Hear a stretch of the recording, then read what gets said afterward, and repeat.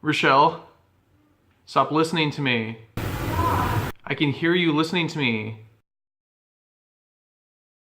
Episode 2 of Season 2 of Critical Role. For starters, there was no combat in it whatsoever. So if you like the combat and the mechanics, this is probably an episode to skip if you really like combat, because there was no real combat. It looks like next week's episode 3, will be starting right off with combat, fighting against 2 more of the zombie creatures that we saw in episode 1. But aside from that, there was obviously more character development took place. The characters kind of feeling each other out and figuring each other out a little bit more, swapping stories of their history, telling lies about their history, specifically Caleb trying to kind of obfuscate his past while Not reveals everything about herself. Molly also came up with some fantastical story about where his swords came from that he told to Ford. Ford did an insight check, and I think he rolled a natural 20, or he just got a 20.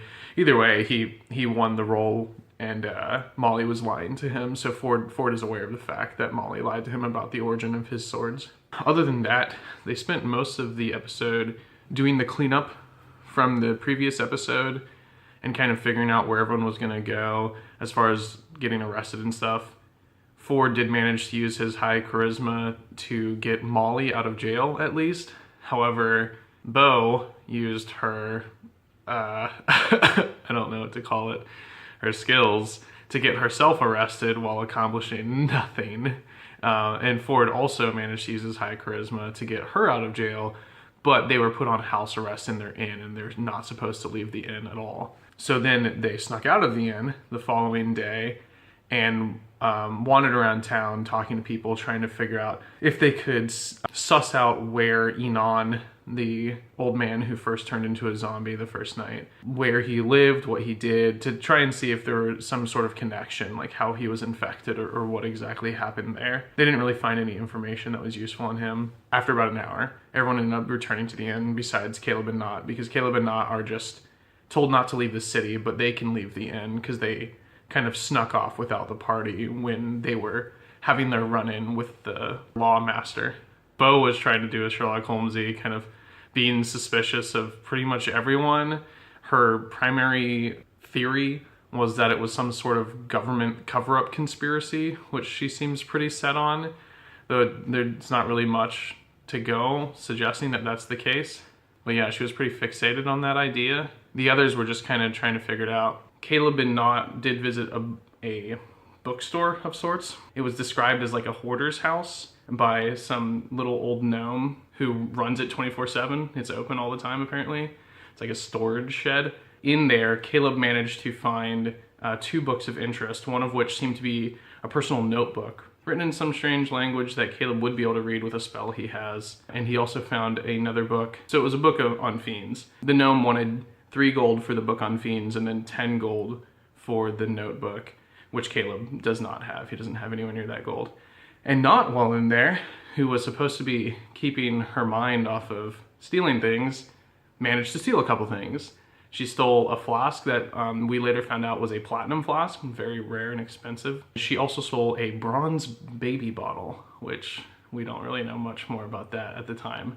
Caleb did use sense magic while he was in the store, for lack of a better word, and he didn't sense anything specifically of a magical nature, so it doesn't seem like either of the items that Not picked up were magical. And by the end of the episode, Jester, using her cleric ability to sense good and evil, discovered that the frog guy Cowrie, the giant devil toad Cowrie, was in fact a fiend. And when she revealed this information to Molly and Orna the Flame Dancer, they both were rather taken aback and said, no, that can't be right. He's just a lizard man. It's just an act that he puts on.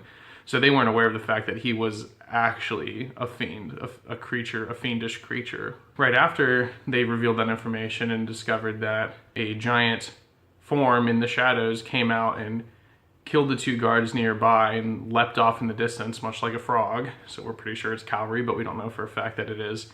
And then the 2 guards came back as zombies, but seemingly instead of blood filled with sand or something. And so that's part of their regenerative properties, is that they're like, as we saw in the first fight, where they were able to kind of heal themselves and piece themselves back together as long as they managed a saving roll to do it or whatever. Like a living clay kind of thing is what it seems like. So overall, the episode was really funny. There were parts that were very funny. Jester continues to shine. Ford's character also feels really well fleshed out. Not obviously as funny, because Sam is really funny, but not was funny. Caleb's character continued to come out and was actually pretty fun, was interesting. Bo was kind of all over the place. She was a little conspiracy, like, kind of nutty throughout most of it. Molly also is developing well. He has an interesting character that's coming out. So I feel like all of the actors are getting into their roles pretty well. And then of course Matt did a bunch of really great voices and had a lot of good NPCs lined up. I just wanted it to be a quick recap. Like I said, funny, character building, no combat. Next episode will start with combat though. So episode 3 of season 2 will start with combat if that's what you're into. Like, subscribe, let me know what you guys thought of this episode. Let me know what you think of these videos. Yeah, that's it.